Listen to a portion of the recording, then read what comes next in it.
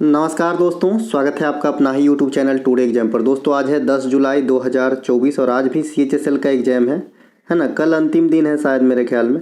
तो आज पहले शिफ्ट की एग्ज़ाम समाप्त हो गई है। पहले शिफ्ट के एग्ज़ाम से GK GS के सेक्शन से जो भी प्रश्न पूछे गए हैं सभी 100% ओरिजिनल प्रश्न के साथ साथ इंपॉर्टेंट एक्स्ट्रा फैक्ट भी दूंगा जो आने वाले किसी भी एग्जाम में सीधे कंप्यूटर स्क्रीन के अंदर।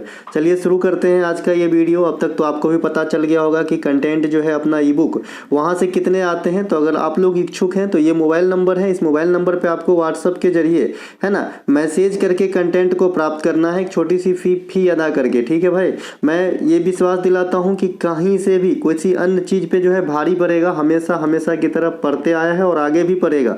तो आप लोग लेके पढ़िए, अपने सपने को साकार कीजिए, है ना। जैसे कि आपको पता ही होगा, सवेरे एक स्क्रीनशॉट हमने सेंड किया था टेलीग्राम के ऊपर। आज हमें 130वां कैंडिडेट मिला जिन्होंने हमें क्रेडिट दिया अपने सिलेक्शन का। ये है रुस्तम साहब जी, है ना। अभी ट्रेनिंग में है, CPO के एग्जाम CPO में जो है उनका सिलेक्शन हुआ है, CSF मिला है। ठीक है भाई, तो बहुत बहुत धन्यवाद उनका। तो इसी तरीके से आप भी अपना नाम ऐड करवा सकते हैं मेरे 1000 वाली लिस्ट में, है ना। चलिए शुरू करते हैं आज का ये पहले प्रश्नों के साथ। सभी फैक्ट जो है ये आपके काम के हैं।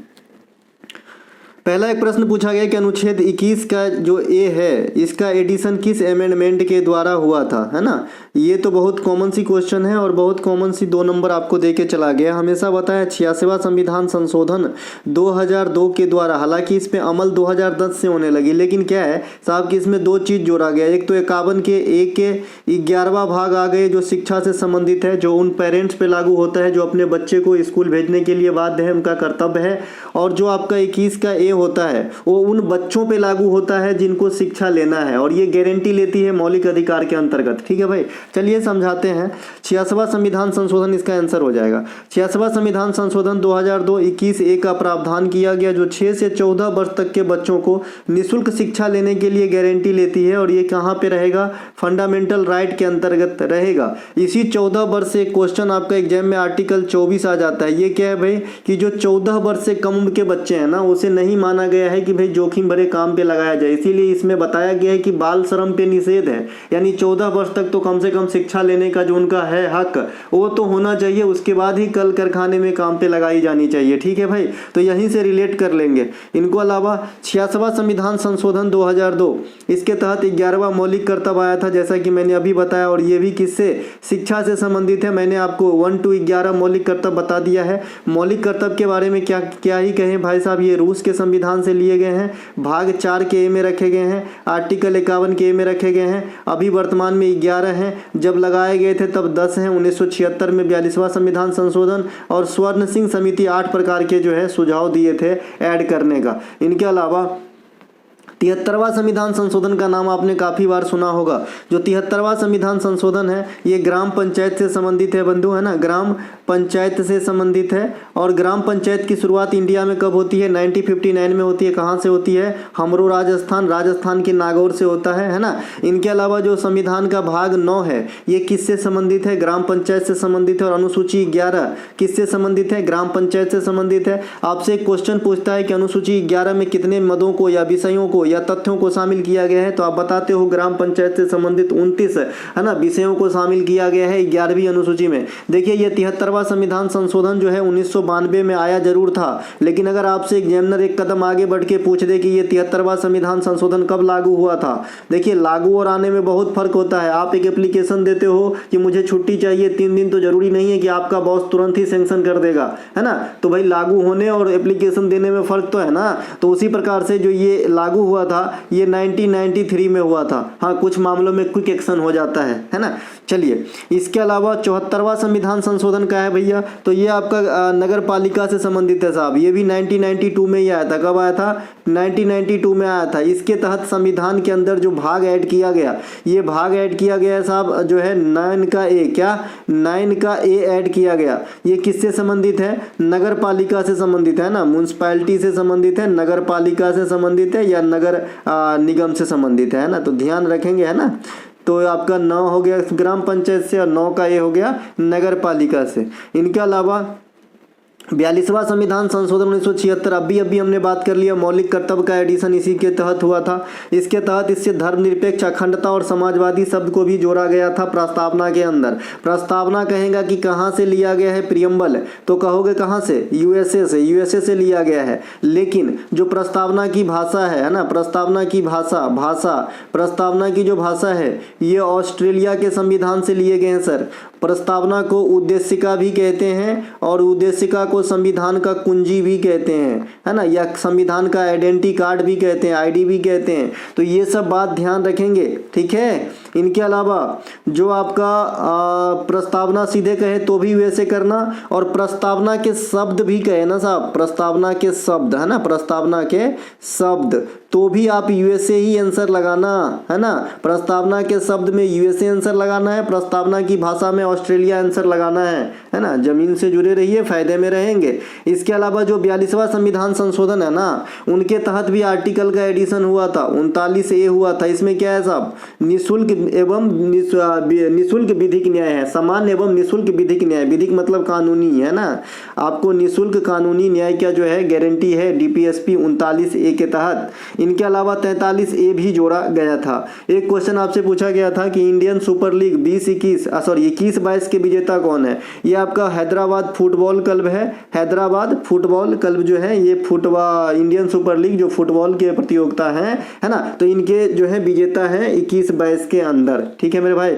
अच्छा, फुटबॉल महासंघ में अभी वर्तमान अध्यक्ष कौन है, कल्याण चौबे जी हैं, जैसा कि मैंने बताया। और कल मैं ये भी बताया था कि इंडिया के सबसे पुरानी फुटबॉल क्लब कौन सा है, तो मोहन बगान, है ना, मोहन बगान ये इंडिया के सबसे पुरानी ओल्डेस्ट फुटबॉल क्लब है। और मैंने वहीं पर ही बताया था कि भाई क्लब होना और कोई ट्रॉफी होना ये अलग अलग चीज़ें हैं। तो सबसे पुरानी फुटबॉल का कप कौन सा है, तो डूरंड कप है ना, डूरंड कप। और मैंने इन दोनों को रिलेट करके बताया था कि 2023-24 के लिए, है ना, डूरंड कप के विजेता कौन है, तो आपका मोहन बगान ही है, ठीक है। ईस्ट बंगाल को हरा के, ईस्ट, है ना, बंगाल को हरा के, यानी वेस्ट बंगाल को हरा के। तो ये माफ कीजिएगा, ईस्ट बंगाल, है ना, यहाँ बी लिखना पड़ेगा, ठीक है। तो ये ध्यान रखेंगे, CGL के लिए क्वेश्चन तैयार है आपके, है ना।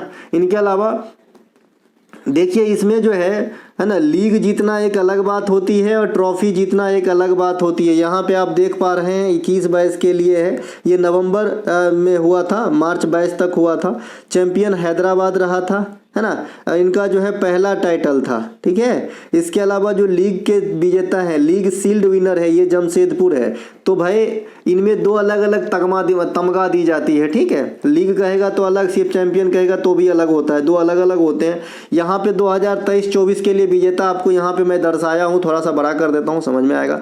देखिए 2023-24 में जो ISL लीग के विजेता है ये मोहन बगान सुपर जॉयंट्स, जैसा कि अभी मोहन बगान की चर्च हमने कर लिया। ISL कप की विजेता कहेगा तो मुंबई सिटी FC है, ठीक है। तो ये दोनों अलग अलग चीज होता है, कप अलग, लीग अलग, है ना। इनके अलावा सांची का स्तूप यूनेस्को में जो शामिल है वो कहाँ पर स्थित है, ऐसा पूछा गया। क्वेश्चन को घुमाया और बहुत छोटा सा क्वेश्चन पूछा, तो ये मध्य प्रदेश में है। सांची के स्तूप का निर्माण कौन करवाए थे, अशोक साहब ने करवाए थे, मध्य प्रदेश के अंदर स्थित है। मध्य प्रदेश के अंदर जो सबसे ज्यादा पूछा जाता है ये खजुराहो का मंदिर है।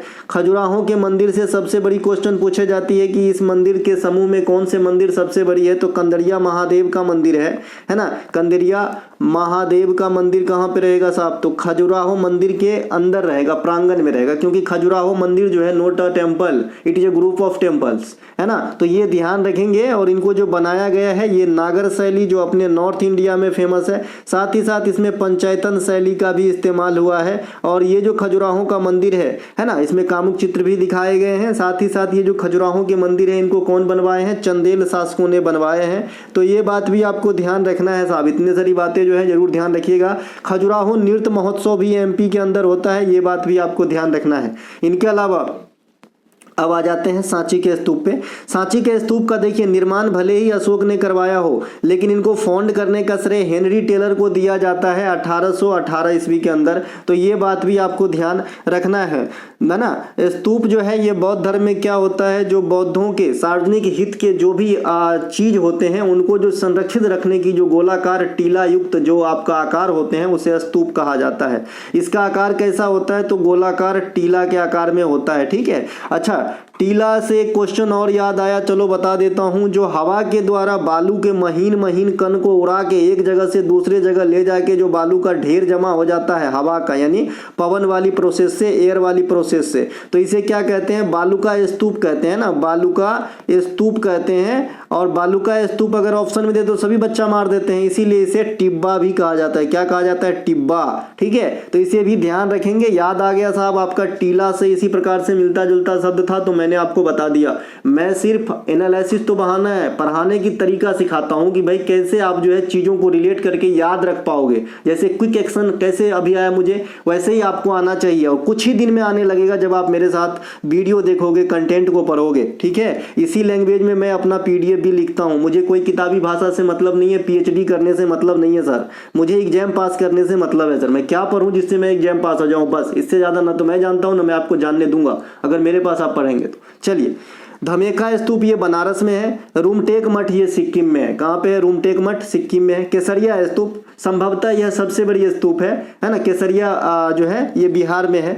भरहूत स्तूप ये आपका मध्य प्रदेश के सतना में स्थित है। इनके अलावा हेमिस मठ ये लद्दाख में है। हेमिस त्योहार भी लद्दाख में होती है, जिसमें बौद्ध गुरु पद्म संभव को याद किया जाता है साहब। इनके अलावा अशोक के शिलालेखों का जो है प्रचलन किसके काल में हुआ था? तो अशोक के काल में हुआ था। अशोक मौर्य वंश के तृतीय सम्राट, तृतीय शासक हुए। किनके पुत्र थे? बिंदुसार के पुत्र थे। मौर्य वंश के संस्थापक कौन है? चंद्रगुप्त मौर्य है। और मौर्य वंश किस वंश को हरा के किए थे?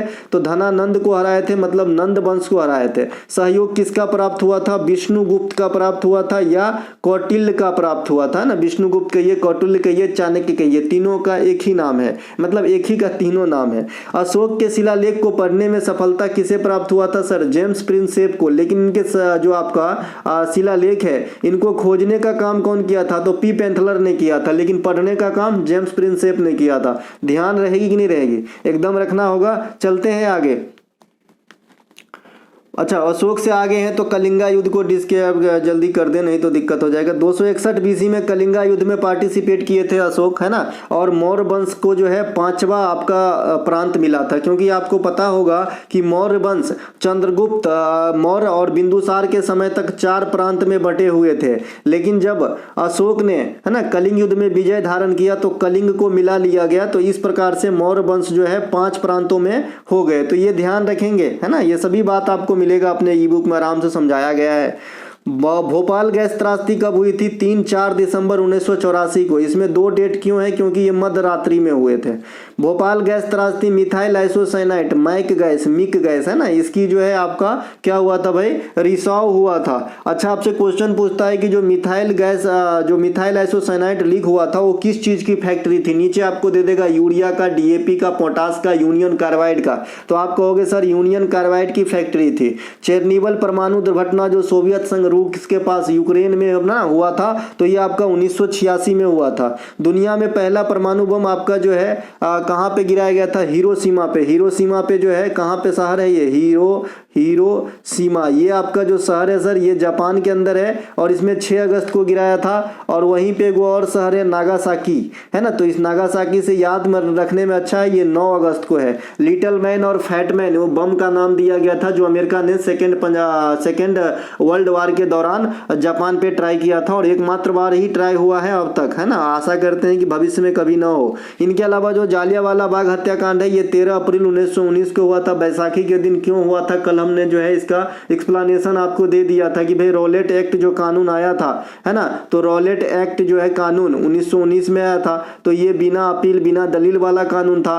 किसी पे शक हुआ उसे उठा के ले जाइए, पूछताछ करिए, टॉर्चर करिए। तो ऐसा एकदम खतरनाक कानून था। तो इसी के विरुद्ध में हमारे नेतागण आवाज उठाए, जिसमें कुछ नेता गिरफ्तार हो गए, जैसे सैफुद्दीन किचलू, है ना। अब नेता लोग गिरफ्तार हो गए तो इन्हीं गिरफ्तारी को लेके आगे क्या कदम उठाना है। बहुत सारे नेतागण और जो वहां के जनता थे वो जालियांवाला बाग हत्याकांड में जालियांवाला बाग में इकट्ठा हुए थे। तभी जनरल और डायर को मुखबिरी होती है और गोली चलवाने का आदेश दे देते हैं। भगवान उनका सत्यानाश करे। इनके अलावा जो आपका जालियांवाला बाग हुआ ना, ये अमृतसर में है, और आपका जो है बैसाखी का दिन था, वो ध्यान रखेंगे। इसके अलावा एक प्रश्न आपसे कल ही पूछा गया था कि रॉलेट एक्ट के विरोध में गांधी जी ने कौन सा जो है कदम उठाया, तो गांधी जी सत्याग्रह किए थे, है ना, सत्याग्रह किए थे। अहिंसक सत्याग्रह उनका नाम दिया गया था। क्या नाम दिया गया था? अहिंसक, अहिंसक, है ना, अहिंसक सत्याग्रह, है ना, कि बिना मार धार का हम सत्याग्रह करेंगे। इनके अलावा प्रथम विश्व युद्ध की अवधि 1914 से 18 रहे थे। प्रथम विश्व युद्ध में किसकी स्थापना हुई थी, समाप्ति आफ्टर जो है आपका समाप्ति,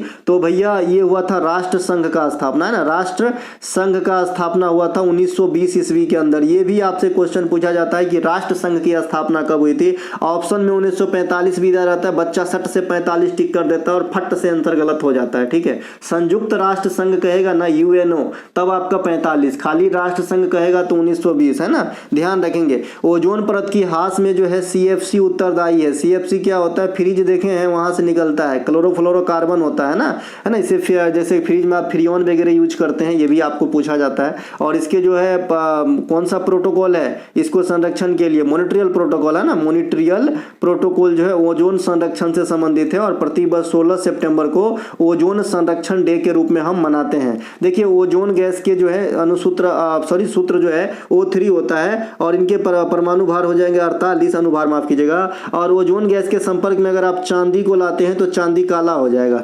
इनके अलावा दुर्गा पूजा किस राज्य में प्रसिद्ध है, ये तो बहुत हल्का क्वेश्चन है जी, मैं सब दिन बताते हूँ। दुर्गा पूजा देखना है तो पश्चिम बंगाल की देखिए, खाली यात्रा कहेगा तो भी पश्चिम बंगाल के पास जाना है ना, तो यात्रा मेला, है ना, ये आपका पश्चिम बंगाल हो जाएगा। दुर्गा पूजा पश्चिम बंगाल का फेमस है। आपने हमारी अधूरी कहानी पिक्चर देखे ही होंगे, कई बार देखे होंगे, मुझे ऐसा लग रहा है ना, हमारी अधूरी कहानी, है ना, तो उसमें लास्ट सीन जो है आपने दुर्गा पूजा का जरूर देखा होगा, है ना। इनके अलावा भटियाली गीत बंगाल में गाई जाती है। गंगा सागर मेला मकर संक्रांति के दौरान पश्चिम बंगाल में ही लगती है।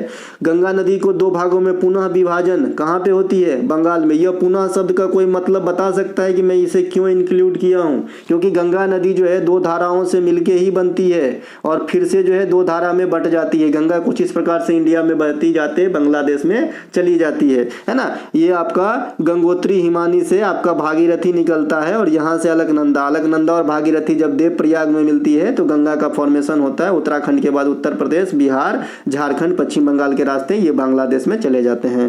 पहला नदी गंगा नदी का जो सहायक है रामगंगा है, और अंतिम सहायक नदी महानंदा है। ध्यान रखेंगे सोन नदी गंगा में जो है पटना से पहले आरा के समीप बिहार में जाके मिल जाते हैं, और सोन नदी का जो उद्गम है ये अमरकंटक की पहाड़ी जहाँ से आपका नर्मदा नदी भी निकलती है साहब, वहीं से होती है सोन नदी का। तो नर्मदा पश्चिम दिशा में बहने लगता है और सोन नदी पूर्व दिशा में बहने लगता है। तो ये कुछ मैं हट के चला गया था नदी पे, आ जाता हूँ फिर से त्योहार पे। गंगा नदी को बता दिए। कुल्लू दशहरा यह हिमाचल प्रदेश में मनाया जाता है। कुल्लू दशहरा को रंगीन त्योहार कहा जाता है। इनके अलावा बस्तर दशहरा यह इंडिया में सभी दशहराओं में सबसे अधिक दिन तक 75 दिन तक मनाई जाती है छत्तीसगढ़ में। इनके अलावा रण महोत्सव, कच्छ महोत्सव, पतंग अंतर्राष्ट्रीय पतंग महोत्सव, माधवपुर मेला, ये सभी के सभी आपका कहाँ पे, गुजरात के अंदर होता है। माजुली फेस्टिवल, अंबुबाची मेला, ये कहाँ पे होगा, असम के अंदर होगा। अंबुबाची मेला कहाँ पे लगता है, शक्तिपीठ कामाख्या मंदिर के प्रांगण में, माता कामाख्या के प्रांगण में। कहते हैं कि मंदिर के समीप जाते ही आप एक अलग वाइब्स को पाएंगे, बहुत शक्ति है यहाँ पे, जय माता दी। हॉर्नबिल का त्योहार नागालैंड में मनाया जाता है। खर्ची पूजा का त्योहार त्रिपुरा में मनाया जाता है। क्वेश्चन पूछता है खर्ची पूजा में कितनी देवी देवता की पूजा की जाती है, तो 14 देवी देवता की पूजा की जाती है। एक क्वेश्चन पूछता है कि हॉर्नबिल का त्योहार कब से आपने मनाना स्टार्ट किया था, तो 2000 ईस्वी से मनाना स्टार्ट किया था। तो क्वेश्चन पूछता है कि हॉर्नबिल को क्या कहते हैं, त्योहारों का त्योहार कहते हैं। क्या कहते हैं, त्योहारों का त्योहार। कब मनाते हैं, 10 दिन तक, दिसंबर के प्रथम सप्ताह में मनाते हैं। हॉर्नबिल क्या है, एक पक्षी का नाम है। खर्ची पूजा बता दिए। हैप्पी उत्सव ये कहाँ पे, कर्नाटक में मनाया जाता है, 5 दिनों तक चलती है। इसे विजय उत्सव भी कहते हैं। क्या कहते हैं, विजय उत्सव भी कहते हैं। हम्पी का खंडर कर्नाटक में सभी को पता है। कोणार्क नृत्य महोत्सव, राजा पर्व, ये कहाँ पे चलती है भैया, उड़ीसा के अंदर नौखाई भी चलती है। इनके अलावा जो अभी जगन्नाथ रथ यात्रा अभी 3-4 दिन पहले ही निकाले गए हैं, जय भगवान जगन्नाथ। इनके अलावा मैं बता चुका हूँ कि भाई जगन्नाथ यात्रा जो है ये आपका उड़ीसा के अलावा और कहाँ निकलती है, तो छत्तीसगढ़ में निकलती है। और मैंने ये भी कहा था कि राजस्थान का जो उदयपुर है, वहाँ भी आपका रथ यात्रा जगन्नाथ के नाम से निकाले जाते हैं। और मैंने ये भी कहा था कि पालकी उत्सव जो है, पालकी निकालते हैं महाराष्ट्र के अंदर, है ना। जुड़े रहेंगे, समझ में आती रहेगी, है ना। राष्ट्रीय खेल दिवस किसके जन्मदिन पे मनाया जाता है सर? मेजर ध्यानचंद के जन्मदिन पे। मेजर ध्यानचंद का जन्मदिन कब आता है सर? 29 अगस्त को राष्ट्रीय खेल दिवस के रूप में मनाते हैं हम, और इसे हॉकी का जादूगर कहा जाता है। अगर अंतर्राष्ट्रीय खेल दिवस की बात करेंगे तो 6 अप्रैल को मनाया जाता है, ध्यान रखेंगे। प्रतिवर्ष राष्ट्रीय युवा दिवस 12 जनवरी को मनाया जाता है। किनके जन्मदिन पे सेलिब्रेट करते हैं? तो विवेकानंद साहब के जन्मदिन पे सेलिब्रेट करते हैं। विवेकानंद साहब जो है 1897 में रामकृष्ण मिशन की स्थापना किए थे, और 1893 में, एक सेकेंड, 1893 में शिकागो में ऐतिहासिक भाषण दिए थे, जो आज भी आनन फानन में ये क्वेश्चन पूछ देते हैं कि विवेकानंद साहब कहाँ भाषण दिए थे। इनके अलावा प्रतिवर्ष राष्ट्रीय एकता दिवस कब मनाते हैं? 31 अक्टूबर को सर। एकता दिवस के नाम से मैंने बताया था गुजरात के जो केवड़िया है उनका नाम बदल के अब एकता नगर कर दिया गया है, जहाँ पे आपका स्टेचू ऑफ यूनिटी जो सरदार वल्लभ भाई पटेल की ही आपका जो है प्रतिमा है, 182 मीटर, जिनके मूर्तिकार राम सुतार हैं सर, है ना। तो ये सब रिलेट कर लेंगे। जो नर्मदा नदी के किनारे हैं सर, स्टेचू ऑफ यूनिटी किस नदी के किनारे हैं? नर्मदा नदी के किनारे हैं, ध्यान रखेंगे। प्रतिवर्ष पराक्रम दिवस 2021 ईस्वी से 23 जनवरी को मनाया जाता है। अच्छा याद आया, जो मेजर ध्यानचंद है इनके नाम से खेल रत्न पुरस्कार जो है, इनका भी नामकरण 2021 में ही किया गया था। पहले जो मेजर ध्यानचंद खेल रत्न अवार्ड था उनका नाम राजीव गांधी खेल रत्न पुरस्कार हुआ करता था, जिसकी शुरुआत 1991-92 में हुई थी। ठीक है भाई। इनके अलावा जय श्री राम। राष्ट्रीय शिक्षक दिवस 5 सितंबर को मनाया जाता है सर्वपल्ली राधाकृष्णन साहब के जन्मदिन पे। सर्वपल्ली राधाकृष्णन साहब हमारे देश के प्रथम वाइस प्रेसिडेंट और दूसरे राष्ट्रपति हुए थे।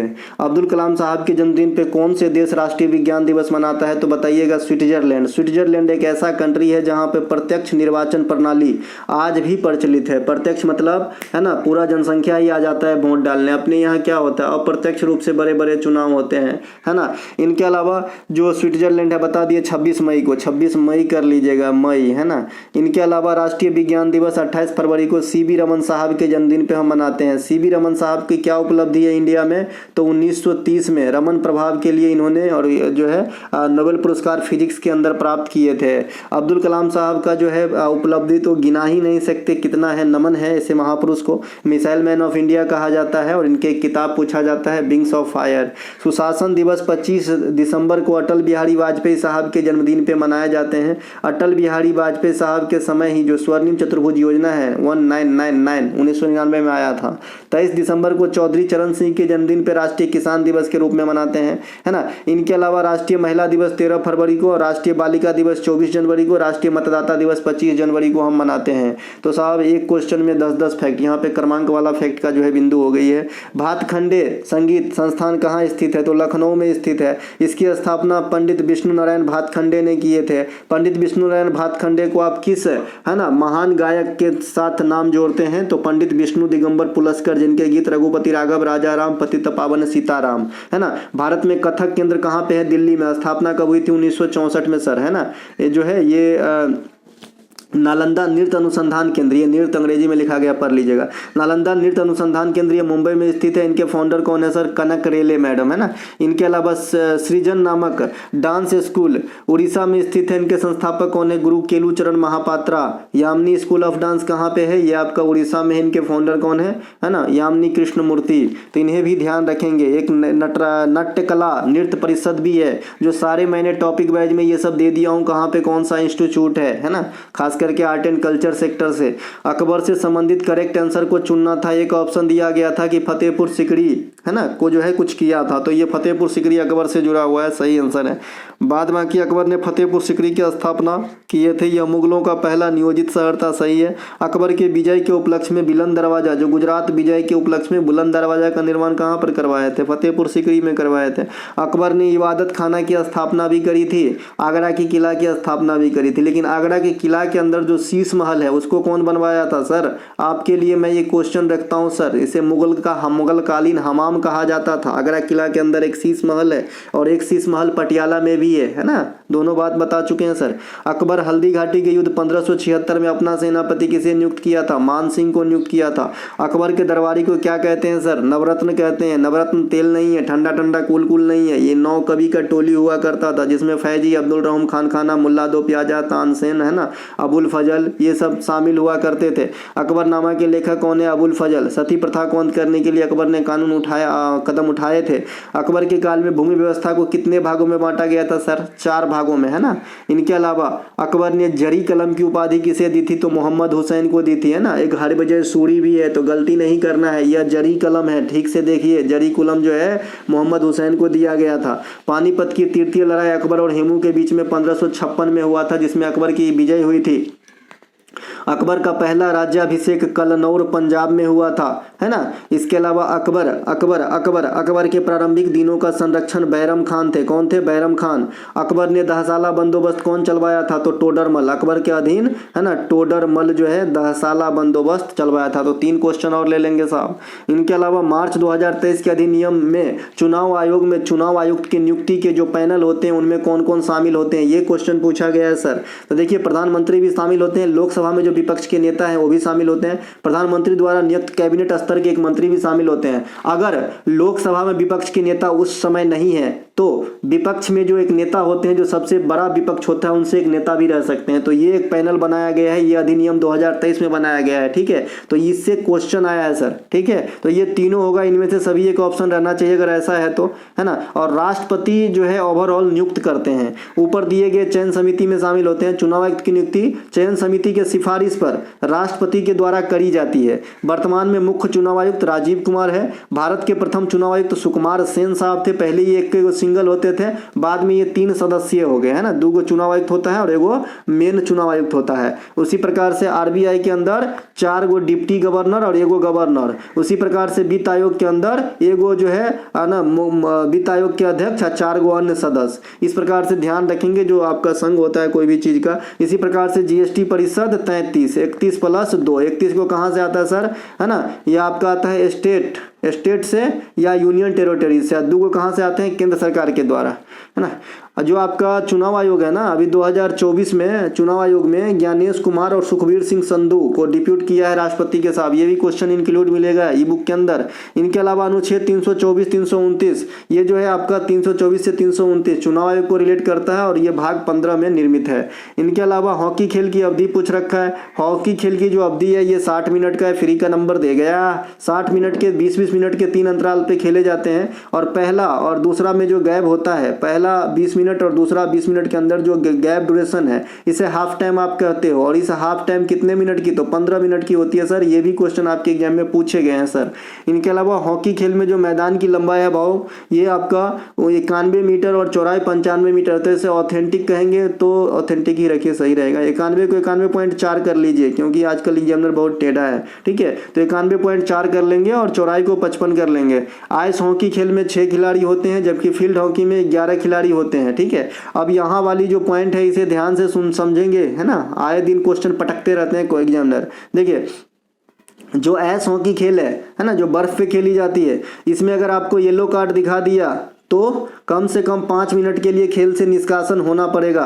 लेकिन अगर फील्ड हॉकी में आपको पीला कार्ड दिखाया गया है तो इसका मतलब सिर्फ चेतावनी है, सुधर जाओ, अच्छे से पढ़ लो, है ना। इनके अलावा अगर किसी खिलाड़ी को 2 बार पीला कार्ड दिखा गया, येलो प्लस येलो, तो ये क्या काउंट होता है? रेड। और रेड होता है खतरे की निशान, मतलब निकलो भाई, समझ गए। इनके अलावा राष्ट्रीय मानव अधिकार आयोग की स्थापना 1993 में हुआ था। राष्ट्रीय मानव अधिकार आयोग 93 में, राष्ट्रीय महिला आयोग 93 में। एक सेकेंड, यहाँ पे है गड़बड़ी। राष्ट्रीय महिला आयोग की स्थापना 1992 में हुआ होगा, ये 93 नहीं होगा। इसे थोड़ा सही करेंगे। राष्ट्रीय महिला अधिनियम 1990 के तहत 1992 में स्थापना हुआ था, जिनका वर्तमान अध्यक्ष रेखा शर्मा मैडम है। ठीक है, तो इन्हें थोड़ा सा करेक्ट करेंगे, 1992 कर लेंगे, है ना। योजना आयोग की स्थापना 50, राष्ट्रीय आय समिति का गठन 1949। और आपसे एक क्वेश्चन पूछता है सीजीएल सर कि राष्ट्रीय आय समिति के गठन में पहला अध्यक्ष कौन थे, तो आप क्या कहते हो सर? तो आप कहते हो पीसी महालनोबिस। और पीसी महालनोबिस का नाम तो सुने ही होंगे, द्वितीय पंचवर्षीय योजना का मॉडल देने वाले भारत के महान अर्थशास्त्री प्रशांत चंद्र महालनोबिस। नरेगा की स्थापना 2006 में, मनरेगा बना था 2009 में, एक्ट आया था 2005 में। स्टेट बैंक ऑफ इंडिया की स्थापना 1955 में, इंपीरियल बैंक ऑफ इंडिया जिसकी स्थापना 1921 में हुआ था, उन्हीं का बदला हुआ नाम है। रिजर्व बैंक ऑफ इंडिया का स्थापना 1935 में हिल्टन यंग आयोग के आधार पर, 1949 में इसकी राष्ट्रीयकरण कर दिया गया था।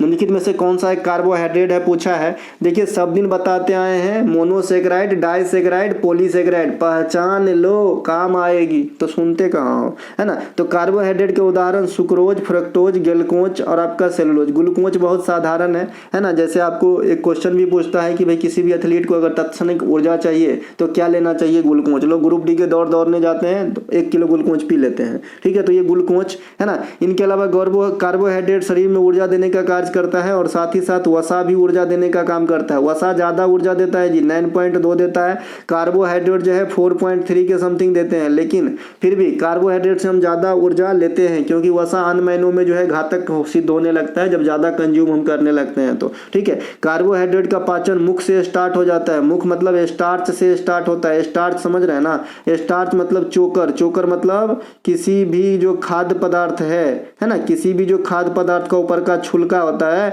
वो स्टार्च है। स्टार्च में कार्बोहाइड्रेट पाए जाएंगे जिसे हिंदी में आप मांड कहते हैं ना। जब आपके लार में एक टाइलिन नामक एंजाइम होता है, जो टाइलिन नामक एंजाइम जैसे ही आपका खाना में मिलता है चबाते के समय, तभी से पाचन स्टार्ट हो जाता है। ऐसा नहीं कि मुंह में लिए कार्बोहाइड्रेट वहीं पे पच के स्वाहा हो गया, ऐसा नहीं है, प्रोसेस है, लेकिन स्टार्ट वहीं से होता है। इनिशिएशन जिसे आप बोलते हो कोई भी चीज का शुरुआती कदम। इनके अलावा परमाणु में गैसीय आयतन के संबंध में गे-लुसाक का नियम काम करता है ना। यहाँ पे परमानेंट लिखा है, इस हिसाब से हम बोलेंगे। बाद बाकी ये क्वेश्चन क्या है आप लोग कमेंट कीजिएगा ये वाली क्वेश्चन, क्योंकि बच्चे ने यहाँ पे एवोगाड्रो का संख्या, डाल्टन का नियम, ये सब लिखे हैं 3 ऑप्शन, ठीक है। तो डाल्टन का नियम का क्या लेना देना? डाल्टन का नियम तो सीधे परमाणु खोजने से थे, जो अविभाज्य बताए थे परमाणु को, है ना। परमाणु डाल्टन का जो है परमाणुवाद सिद्धांत है, तो यहाँ पे गैस वाला काम नहीं होगा। इसके अलावा एक ने आपको इसमें जो है अगर चार्ल्स और बॉयल का भी नियम है तो उसे भी छांट देते, क्योंकि मैंने बता रखा हूं हमेशा इसे याद करने का तरीका। देखो मैं इसको हाईलाइट कर दिया हूं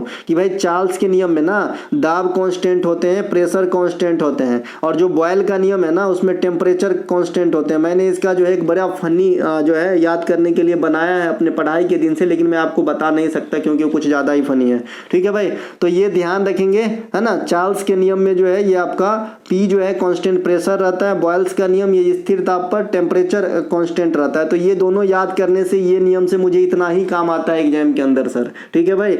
इनके अलावा ऊपर में अगर परमाणु के गैसीय आयतन से निम्न में से कौन सा संबंधित है, तो गे-लुसाक भी संबंधित है। अब देखिए एवोगाड्रो और आपका जो है चार्ल्स और बॉयल में क्या फर्क है। एवोगाड्रो की सबसे पहले संख्या पूछ लेता है कि कितना होता है एवोगाड्रो का, और एक जो है प्लैंक कांस्टेंट का मान भी पूछ लेता है एच का, कि एच का मान कितना होता है। ये दोनों जो है डायरेक्ट पूछे जाने वाली जो है आपका नंबर है ना। उसी प्रकार से जैसे आपका पार्सेक का वैल्यू पूछ लेता है कितना लाइट ईयर होता है, या फिर लाइट ईयर का वैल्यू पूछ लेता है, या फिर है ना जो वेलोसिटी ऑफ आपका लाइट है उसको पूछ लेता है। तो ये सब जो है कुछ आंकड़े हैं पूछे जाने वाले, या फिर नैनोमीटर, पिकोमीटर, एप्टोमीटर, फेम्टो, ये सब पूछ लेता है, या फिर आपका गीगाबाइट, मेगाबाइट, टेराबाइट, है ना, निवल, बिट, बाइट, ये सब भी पूछता है। तो मैं चला आता हूँ फिर से इधर, मैं सिर्फ झांकी दिया कि कौन कौन से एग्जाम में क्वेश्चन जो है आंकड़े में पूछे जाते हैं। तो एवोगाड्रो की ये संख्या हो गया। तो एवोगाड्रो की संख्या में क्या होता है सर कि तापमान और दबाव कांस्टेंट हो भी सकता है और नहीं भी हो सकता है, लेकिन इन दोनों में रिस्ट्रिक्शन है। चार्ल्स के नियम में दाब स्थिर रहेंगे और बॉयल के नियम में ताप स्थिर रहेंगे। इसीलिए एक और आपने पढ़ना है ओम का नियम। ओम का नियम जो आपका अचर ताप के किसी चालक के सिरों के बीच का विभवांतर उसमें प्रवाहित धारा के सीधे समानुपाती होता है, V = IR। तो इसमें भी आपका जो है ताप अचर है। अचर मतलब कांस्टेंट है, अचर मतलब अमान्य नहीं, चर मतलब घूमना फिरना। तो जो चर न हो, चर के जैसा न हो, मूव ना करे, है ना, रुका रहे, समझ रहे हैं। इसके अलावा चर का मतलब क्या होता है यहाँ पे हिंदी में मुझे भी इतना पता नहीं, लेकिन अचर का मतलब परमानेंट होता है, ठीक है। क्योंकि ये सब जो अचर उचर हिंदी है ना वो काफ़ी शुद्ध है ना।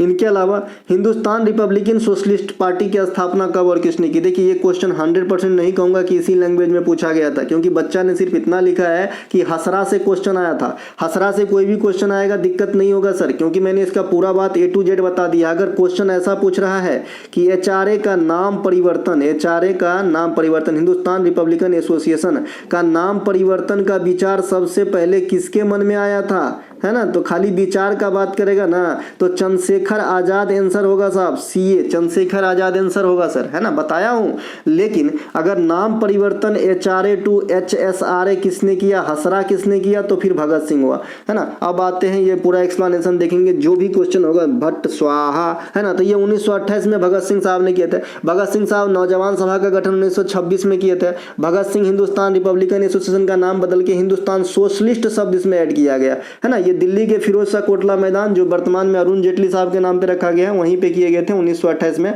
और इसमें किसकी सलाह लिया गया था या फिर किसको शामिल किया गया था, तो आप कहोगे नौजवान सभा जो थे, जो भगत सिंह साहब ने ही गठन किए थे 1926 में, तो उनके जो भी सदस्य थे उनकी भी मंशा इसमें ली गई थी। भगत सिंह का जन्म कहाँ पे हुआ था? ग्राम बंगा में हुआ था। भगत सिंह के द्वारा लिखे गए पुस्तकों तो बहुत है, वैसे बहुत लेख हैं, लेकिन मैं नास्तिक क्यों हूँ ये प्रसिद्ध है। भगत सिंह असेंबली में बम 8 अप्रैल 1929 को फेंके थे बटुकेश्वर दत्त के साथ। अगर कल हो के एग्जामिनर का ज्यादा मन बढ़ जाए और ये पूछे कि कितने बम फेंके थे, तो बोलिएगा 2 गो। भगत सिंह के फांसी जो है ये 23 मार्च 1931 को दिया गया था। हालांकि 24 मार्च को तय था, लेकिन 23 मार्च को ही दिया गया। अंग्रेज डर गए बहुत, है ना। इनके अलावा रुक्मिणी देवी अरुंडेल का संबंध पूछा है। देखिए बच्चे ने रीमा लिखे हैं, रीमा, एकदम हमको लग रहा है रुक्मिणी देवी होगा। रुक्मिणी देवी अरुंडेल का संबंध भरतनाट्यम से होगा। भरतनाट्यम में कितना कुछ बताऊं, सोनल मानसिंह रख लो, यामिनी कृष्णमूर्ति रख लो, आर मुथु कनमल रख लो, अमरबल बल्ली रख लो, है ना, ये सब भरतनाट्यम के है ना। मृणालिनी सारा भाई रख लीजिए, ये सभी के सभी जो है भरतनाट्यम में आ जाएंगे सर, है ना, भरतनाट्यम के अंदर आ जाएंगे। भरतनाट्यम की उत्पत्ति की बात करेंगे तो आपका जो है अभिनय दर्पण, है ना, अभिनय मतलब होता है नाट्य, अभिनय मतलब जो आप करते हो ना, एक्टिंग, है ना, उसे अभिनय भी बोलते हैं। अभिनय दर्पण, है ना, और आपका जो है नाट्य शास्त्र, ये दोनों किताब से जो है आपका उद्गत है या फिर निकला हुआ है या फिर कह सकते हैं प्रेरित है। भरतनाट्यम को आप सादीर भी कहते हो, सादीर अट्टम कहते हो। तिल्लाना, अलीरप्पू, जाति स्वरम, शब्दम, इनके पाठ होते हैं। अम्भंग, संभंग और त्रिभंग, AST, ये इनका शारीरिक हाव भाव है ना। इसमें एकल महिला नृत्य है, भगवान शंकर आराध्य है, ये सब ध्यान रखेंगे। तो दोस्तों ये थे आज के एनालिसिस। अगर अच्छा लगे तो लाइक करेंगे। फिर से सुन लीजिए, खाली एनालिसिस वाला PDF अगर 2 डे एग्जाम का आपको चाहिए कि भाई हमको एनालिसिस ही चाहिए आपका सर, और कुछ भी नहीं चाहिए आपका, हाँ मेरे पास जो है मैं उनसे कर लूँगा, तो ठीक है भाई। तो सिर्फ आप टेलीग्राम पे ही जाए, व्हाट्सअप मैसेज ना करें, खाली आपको एनालिसिस चाहिए, क्योंकि एनालिसिस का PDF हमेशा फ्री है और फ्री रहेगी, ठीक है। लेकिन अगर हमारा कंटेंट चाहिए, जैसे ई-बुक हो गया जहाँ से इस 3-3, 4-4 आपके SSC एग्जाम में धूम मची है, या PDF चाहिए, है ना, तो आपका जो है मोबाइल नंबर 9372693225, एकमात्र ठिकाना और कोई ठिकाना नहीं है मेरा, ना तो कोई मेरा एप्लीकेशन है ना कोई अन्य ठिकाना है, यही नंबर है। इस पे आपको जो है मैसेज करके व्हाट्सअप करके लेना है। साथ ही साथ डिस्क्रिप्शन में लिंक भी दिया गया है, लिंक के थ्रू भी आप इस मोबाइल नंबर से ले सकते हैं। बहुत सारे बच्चे लिंक पे करेंगे फिर बोलेंगे फ्रॉड तो नहीं होगा। अरे भाई मैं आपका 150 रुपया लेके कहाँ चला जाऊँगा, फ्रॉड होगा, है ना। तो इसीलिए तो बोल रहा हूँ एक ही ये मोबाइल नंबर है, बाद बाकी और किसी नंबर पे बिलीव नहीं करें, कहीं से न ला। चलिए मिलेंगे अगले वीडियो में। जय हिंद दोस्तों।